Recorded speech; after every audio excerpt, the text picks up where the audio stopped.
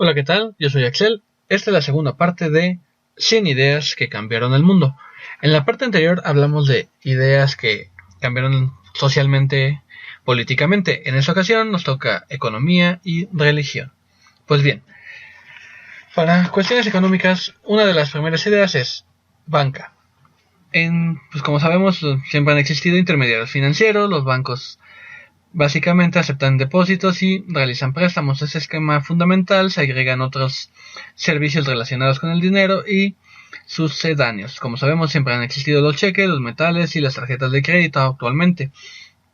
Para algunos expertos, el servicio básico de intermediación ya estaba disponible desde la antigua Mesopotamia, donde los templos religiosos y los palacios reales y las casas familiares más acaudaladas servían como depósitos de granos, y tan valiosos como entonces como lo que hoy es el dinero. Cálculo. Indispensable para las transacciones y para cualquier otra cosa que queramos contar, ¿verdad? Obviamente.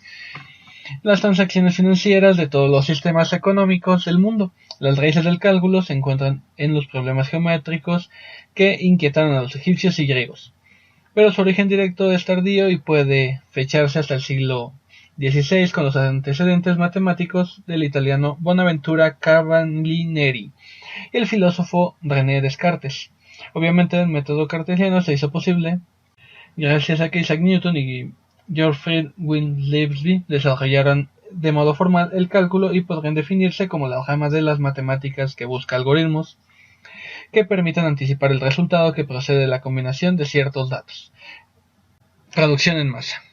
La producción en masa estandariza grandes cantidades de productos, líneas de ensamblaje, bendita industrialización, y que en la antigüedad las organizaciones y los esquemas complejos de producción, por ejemplo en China se elaboraban miles de arcabuces de bronce, en Cartago y en Venecia la construcción de barcos a un ritmo intensivo. Sin embargo, la revolución industrial, ocurrida en Inglaterra en el siglo XIX, ofreció los primeros ejemplos inconfundibles de los procesos que rigen la producción en masa. Marxismo y comunismo. Pues ninguna doctrina económica o filosófica tuvo impacto tan radical como el pensamiento del alemán Karl Marx, expuesto a través de sus numerosos ensayos y el capital de su opus magna, partiendo en un análisis y una crítica radical del sistema capitalista. Surgido tras la revolución industrial, el marxismo propone la abolición de la propiedad privada para los individuos y las sociedades y la completa intervención del Estado en el mercado. Esta economía planificada centralmente pretende acabar con las clases sociales y concentrar el capital en el Estado. En una etapa posterior del proletariado, generaría un autogobierno basado en el control total de los medios de producción. Si esto pudiéramos agarrar el punto del capítulo pasado, donde hablábamos de una utopía así, suena muy bonito en idea, pero sabemos que desafortunadamente cuando lo han tratado de generar los comunistas realmente no genera lo que Karl Marx proponía. Tristemente. Patentes. Una patente es un documento oficial que reserva el uso de un invento y sus beneficios económicos. A la persona que le llevó a cabo se otorgan a máquinas nuevas, productos manufacturados, procesos industriales, compuestos o químicos. Pueden ser también de alimentos y medicinas. Hoy en día incluso se han otorgado a plantas y animales genéticamente modificados. Este conjunto refleja el desarrollo de una nación y, por ejemplo, a la fecha, Japón, Estados Unidos, China, Corea del Sur, Alemania, Francia, Reino Unido, Rusia y los Países Bajos ocupan en este orden los 10 primeros lugares del mundo en la función de lo que son a patentes solicitadas. El Estado benefactor. Es un país regido con este modelo económico. El Estado y gobierno desempeñan un papel clave en la protección y promoción del bienestar económico y social. Obviamente es un concepto y sus aplicaciones tienen un origen reciente y que asocian la serie de medidas de seguridad social implementadas en Gran Bretaña en la época después de la posguerra, de acuerdo al reporte de seguridad social y servicios adicionales elaborados por Sir William Beveridge. Diversas naciones europeas siguieron el modelo y en Estados Unidos surgieron varios programas basados en él. Monetarismo.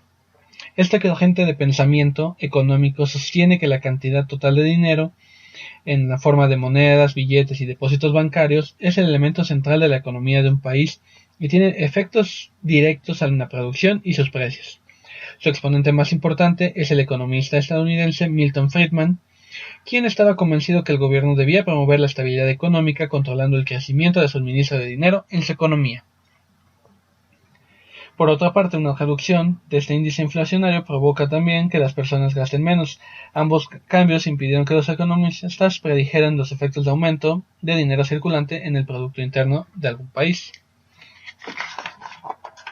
Bolsa de valores. Este sin duda es una idea y un concepto que ha cambiado completamente.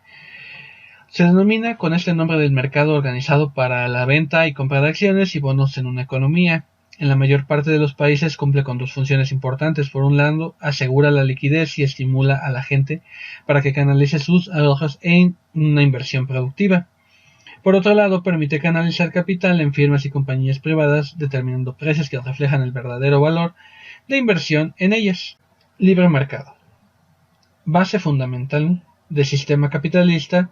En esta estructura del mercado, la distribución, costos y bienes y servicios, así como la jerarquía entre capital y bienes de consumo, están determinados simplemente por oferta y demanda, sin la regulación de un gobierno o monopolios. En este modelo contrasta con el mercado controlado o regulado en el que las políticas estatales intervienen para fijar precios.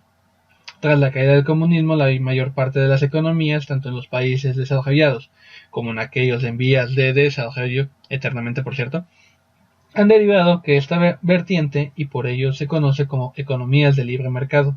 Teoría de keynesiana. En 1936, la economía por el inglés John Maynard Keynes publicó su obra central de teoría general del empleo, el interés y el dinero.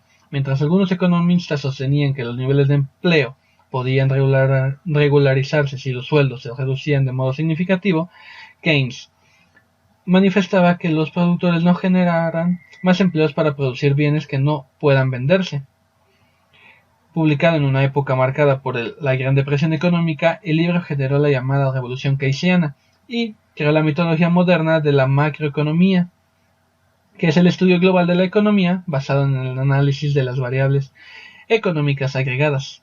Su modelo empeoró, comenzó a perder impacto en la década de los 1970, pues halló en un enfoque intervencionista de Keynes deterioraba los beneficios y el presupuesto público equilibrado y favorecía obviamente la inflación. Todo favorece la inflación para el mal del pueblo. Olvídenlo. Dinero. ¿Quién no conoce esta idea? A grandes rasgos, el dinero es un instrumento aceptado como medio de intercambio económico, sirve en expresar los precios y la mercancía circular.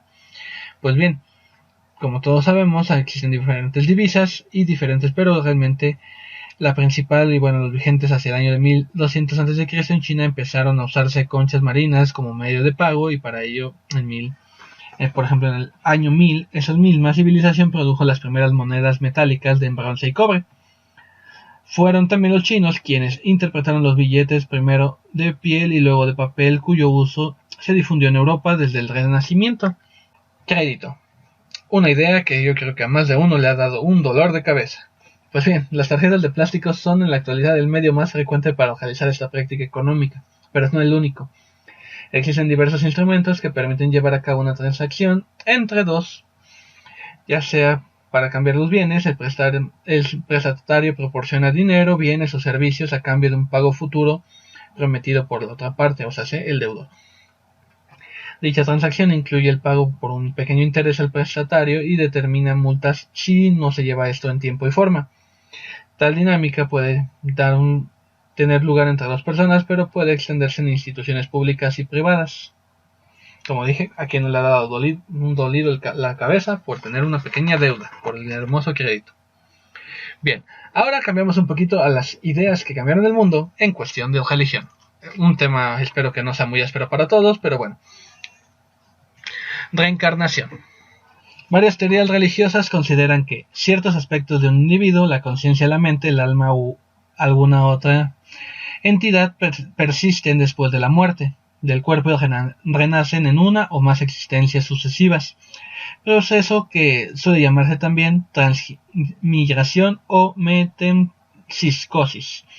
Tales existencias dice que pueden cobrar formas humanas, animales, espirituales o vegetales. Esta creencia es característica de las religiones asiáticas, pero también apareció en el pensamiento místico y filosófico de las religiones locales del Medio Oriente. de donde se difundió por todo el mundo occidental. La principal fuente para esto último fue la Grecia clásica. La antigua religión de Orfeo estaba convencida de que el alma es independiente del cuerpo, por lo que sobrevive a la muerte física y reencarna en un nuevo ser humano, o un organismo de un mamífero. En fin, obviamente también tenemos a las religiones que se orientan como el jainismo, el budismo y bueno, entre otras. Apocalipsis. Obviamente esa idea del fin de los tiempos es una versión más conocida como el Apocalipsis de Juan, el volumen que se encierra en el Nuevo Testamento y toda la Biblia. Estos textos de revelación conforman un género con raíces más remotas dentro de la tradición judeocristiana. Su tema central es el conjunto de cataclismos de origen sobrenatural que ocurrirían en el fin del mundo, y por lo general emplean un lenguaje esotérico, lamentan el estado de las cosas presentes y plantean que los últimos acontecimientos son inminentes, o sea que nadie nos salvamos, ya, recen lo que quieran, pero no nos salvamos. Las primeras piezas del género son de origen judío y datan del periodo situado entre los años 200 y 165 a.C. En la época en que los griegos dominaron Palestina y ocurrió también, por ejemplo, la revuelta de los macabeos, la religión judía desarrolló una visión pésima del presente aparejada con la expectativa de un escenario apocalíptico caracterizado por una crisis, un juicio universal y una solución sobrenatural que implica el retorno al orden original. Ateísmo. No lo practico, pero bueno, es respetable creer que no creen. La religión de los no creyentes, básicamente. El ateísmo puede referirse como una negación radical de las creencias metafísicas en Dios y en general. En cualquier ser espiritual, la esencia de la idea está contenida en la propia raíz de la palabra griega ateos, que significa sin dioses. Los conceptos relacionados con el tema varían, pero de acuerdo con la estadística presentada por la Enciclopedia Británica en las tablas adherentes mundiales de todas las religiones, en 2005 el 11.9% de la población mundial no estaba interesada en la religión y 2.3% era atea, incluyendo a quienes que militaban de manera activa en contra de la religión. Nihilismo. El ocaso de los paradigmas. Ok, mientras que para la religión la existencia humana y el mundo son horizontes con un sentido y un significativo concretos garantizados por Dios, el nihilismo sostiene que carecen de todo sentido y que se han elegido por una crítica social, política e ideológica a las costumbres y prácticas de distintas sociedades. Sus antecedentes más remotos se ubican en la filosofía cínica fundada por Grecia durante la segunda mitad del siglo VI, cuyo mayor exponente fue Diógenes de Sinope, quien entre otras curiosidades solía alabar la conducta de los pedófilos cínicos, criticaban el orden moral y satirizaban las costumbres de sus contemporáneos. El vocablo nihilismo y su enfoque como variante del escepticismo se originaron, sin embargo, en Rusia en el siglo XIX, y es probable que fuera usado inicialmente por Nadigi, si no lo dije bien, mil disculpas, en un artilugio del periódico Mensajero de Europa, en relación con Alexander Pushkin. Se popularizó en el libro de Padres e Hijos de Iván Turgenev. Estos nombres sí que me causan conflictos. En las décadas de 1860 y 1870, que se usó para designar a quienes se oponían al orden establecido, dominado por una figura del zar Alejandro II. Infinito. Activismo de la eternidad. Vaya que sí. Los griegos expresaron la noción de algo ilimitado, sin final o límites, con la palabra apeiron, que encontramos mencionada en los fragmentos filosóficos de Anaximandro de Mileto, quien la consideraba una materia indeterminada que no correspondía a los 4 elementos, identificados en ese entonces como agua, tierra, aire y fuego. Aunque varios pensadores anteriores a él abordaron la idea de 3 tipos de infinito, un matemático, físico y metafísico, correspondió al matemático inglés John Wallis establecer un símbolo especial para señalarla, el que conocemos como el infinito. En la obra Mathesis Universalis, la idea partió del tema de los números infinitamente pequeños que condujeron al descubrimiento del cálculo finales del siglo XVIII, realizando por el matemático Isaac Newton y el filósofo alemán Gottfried Wilhelm Leibniz. Sin embargo, el contexto más común para discutir la idea del infinito es el de la metafísica y la teología. A partir del filósofo Plotino, la mayoría de los teólogos supusieron que el absoluto era infinito, aunque lo que entiende por absoluto varía de un pensador a otro. Puede tratarse de Dios, de una mente universal o de un conjunto de todos los pensamientos posibles. El matemático alemán Georg Ferdinand Cantor consideró que era indispensable distinguir entre los infinitos de las matemáticas, la física y la metafísica. No obstante, hay momentos o aspectos en que todos esos se tocan muy cerca. El bien y el mal. Son cuestiones y, obviamente extremos morales. La dicotomía bien y mal, una de las más significantes en la historia del pensamiento occidental, forma parte de la religión, la ética y la filosofía. Tienen aún un gran impacto en nuestra visión del mundo moderno.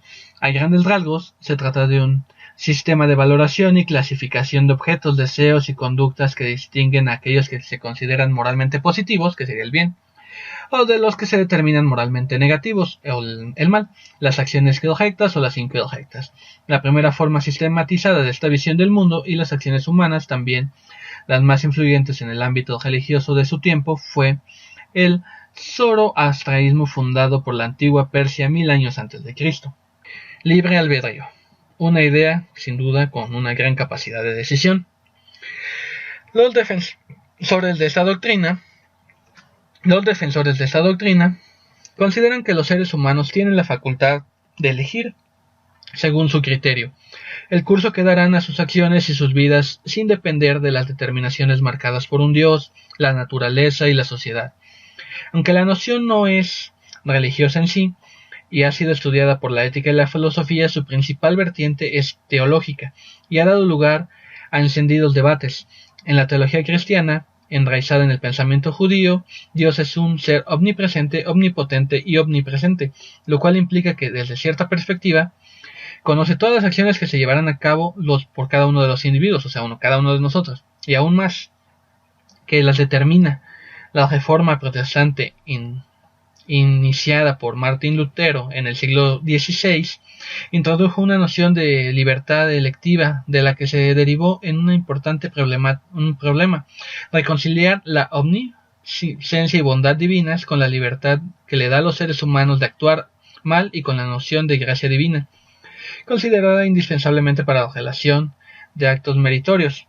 Desde entonces, los argumentos a favor del libre albedrío se basan en la experiencia subjetiva de libertad, los sentimientos de culpa y su posición universal de la responsabilidad de las relaciones personales que subyace a los conceptos de ley, recompensa, pecado y castigo. La inquietud intelectual en relación con este tema se extendió más allá de un marco religioso, hasta el siglo XX. Es, por ejemplo, uno de los asuntos centrales en la filosofía existencialista de Jean-Paul Sartre. Es un horizonte despojado de certezas religiosas. El hombre está condenado a ser libre, y si cobra genuina conciencia de su responsabilidad moral, vivirá en permanente angustia producida por la libertad de elegir. Animismo. Situado en la base del pensamiento religioso, el animismo es la creencia de que existen seres espirituales relacionados con los asuntos humanos, capaces de propiciarlos o perjudicarlos. Sir Edward Burton Taylor, autor del libro Primitive Culture, señala que el concepto responde de un modo adecuado a la pregunta: ¿cuál es la forma más rudimentaria de la religión, que sin embargo puede llamarse de esa manera? Esta definición mínima le sirvió de plataforma para llevar a cabo una serie de estudios antropológicos y etnográficos. En el animismo, tanto los objetos como los elementos del mundo natural están dotados de un alma y deben ser devenados o temidos como si se trataran de dioses, por lo general, con la intervención de un chamán a través de rituales y ofrendas. Este conjunto de creencias condujo al politeísmo, y de este emergieron religiones formales como la judía, el budismo y el islam, que sin embargo conservan determinados elementos animistas, como el culto de los objetos sagrados. Por otra parte, sigue vigente con sus mismas características elementales en áreas rurales aisladas en África y determinadas regiones asiáticas, en donde se busca mantener una relación con los espíritus para calmar su enojo o propiciar su favor. Sacrificio. Realmente una ofrenda a los dioses. Durante un ritual de sacrificio se ofrece un regalo a la divinidad para establecer, mantener o restaurar revelación del ser humano por un orden sagrado que lo trasciende. Para el antropólogo de las religiones Edward Burton Taylor, el propósito original de todo sacrificio fue hacer un don a los dioses para asegurar su favor, su buena voluntad o minimizar su hostilidad. Esta intervención fue enriqueciendo con el paso de los siglos y con formación de religiones más formales, hasta derivar en un sistema complejo y bifurcado para fines específicos que incluye técnicas para la propiciación, la expiación y búsqueda de la fertilidad, que puede incluir actos de comunión, entregas de ofrendas e incluso construcción de edificios. Oración, para todos aquellos que les gusta hacer unas cuantas palabras que suplican. A través de la oración, los seres humanos buscan comunicarse con la dimensión sagrada, o sea, ya con Dios o los dioses, un reinado trascendente a los poderes sobrenaturales. Esa práctica verbal está presente en todas las religiones del mundo. Puede tener una dimensión personal o colectiva y emplea prácticas específicas que suelen ocurrir dentro de un ritual. Su importancia es tal que, de acuerdo con el filósofo de las religiones William James, sin oraciones la religión no sería posible. Alma. Una idea de la mitología, la religión, la filosofía y algunas corrientes de la psicología. El alma es la esencia inmaterial o esencial de una persona. Para la mayoría de las religiones y de las otras entidades, como los animales o incluso de los objetos, la noción se relaciona con las antiguas religiones animistas, pero cobró forma en la cultura egipcia, que la denominaba Ba, y hacía de cada persona algo único, concepto semejante al de personalidad como hoy en día lo percibimos. Los egipcios pensaban que el Ba persistía después de la muerte, sin embargo, le daban un carácter material, razón por la cual, al sepultar a los faraones, incluían en esas tumbas una serie de objetos, armas, alimentos, para que pudiera mantenerse vivo tras dejar este mundo. La noción del alma aparece también en el zoroastrianismo, se abrió camino al pensamiento griego y tal como ahora la concebimos como una idea expuesta en los diálogos de Platón. Esperanza. Todo por un futuro mejor, claro está. Para los antiguos griegos, la esperanza, llamada Elfis, anunciaba un futuro ambiguo, de contenido indeterminado, como ocurre en el mito de la caja de Pandora, donde queda la esperanza después de la salida de todos los males del mundo. Con el nacimiento de Jesucristo y los inicios del catolicismo, la noción cobró un contenido distinto, positivo, relacionado con las ideas de salvación, paz, redención para la humanidad. A lo largo del Nuevo Testamento, la esperanza se vincula con el regreso de Jesús a la tierra, para culminar su misión espiritual como juez de los vivos y muertos. Esta esperanza de grandes dimensiones no anula las pequeñas esperanzas de los creyentes, quienes incluso pueden anhelar bienes materiales que convengan a sus propósitos. El desarrollo de la teología medieval se sumó a la fe y a la claridad para conformar el conjunto de las tres virtudes teologales, es decir, aquellas que tienen a Dios por objeto y aparecen simplemente para tratar en la Suma Teológica de Santo Tomás de Aquino, el importante escrito de la teología elaborado en el siglo XIII. Pecado. El desafío al orden divino. El pecado es simplemente el mal moral desde un punto de vista religioso. Esa compleja noción que soporta las religiones de Abraham se fue configurando con distintos contenidos en las religiones antiguas, como el caso de la griega, que lo considera como el fracaso de una persona en el esfuerzo de alcanzar su verdadera expresión y preservar su relación con el universo. Su desarrollo fundamental ocurrió, sin embargo, en la religión judía y el Código de los 10 Mandamientos. El pecado, tal como se presenta en el Antiguo Testamento, se convirtió en un desafío a la voluntad y las disposiciones de Dios, y fue creciendo en importancia teológica hasta conformarse la idea del pecado original, la caída del ser humano, protagonizada por Adán y Eva, la cual provocó que la humanidad perdiera para siempre su inocencia. El Nuevo Testamento marcó un viraje con la aparición de la figura de Cristo, concebido como el Redentor capaz de liberar a los seres humanos del pecado original. Santidad, virtud que aproxima a Dios. Las diversas religiones del mundo, en todas las épocas, han distinguido figuras connotadas que presuntamente tienen una relación especial con lo sagrado, ostentan excepcionales cualidades morales y pueden transmitir esas enseñanzas a los demás fieles. En las religiones primitivas eran los chamanes, cumplían con esa función a fin de ese concepto, aunque en general serían más adecuado identificarlo como los sacerdotes, los santos o tales como aparecieron en las religiones clásicas. En las religiones orientales, la idea del santo apareció en el budismo con Theravada, hace unos 2500 años. Personas perfectas que adquieren conciencia de la verdadera naturaleza de la existencia y alcanzan el nirvana o aquella iluminación espiritual, por lo cual puede liberarse fielmente de los ciclos del renacimiento necesarios para conquistar la purificación. Otra versión antigua de esta figura procede de la religión berélica que dio origen al hinduismo y se identifica hasta las fechas con los sanus, personajes dedicados a la práctica del ascetismo. En el mundo occidental, los primeros santos aparecieron en la religión zoroastrista en el siglo VI a.C., con la figura de los Frajasis, una suerte en las almas iluminadas por una voluntad propia, descienden a la tierra, se encarnan, libran una lucha ardua contra las fuerzas del mal. Todo esto, básicamente se les conoce como campeones de la fe. En fin, esas son las ideas que cambiaron, parte de las 100 ideas que cambiaron al mundo. Esa fue la segunda parte, nos estamos viendo la próxima semana. Yo soy Axel y espero que este no haya sido un tema de despido y les haya gustado. Hasta la próxima.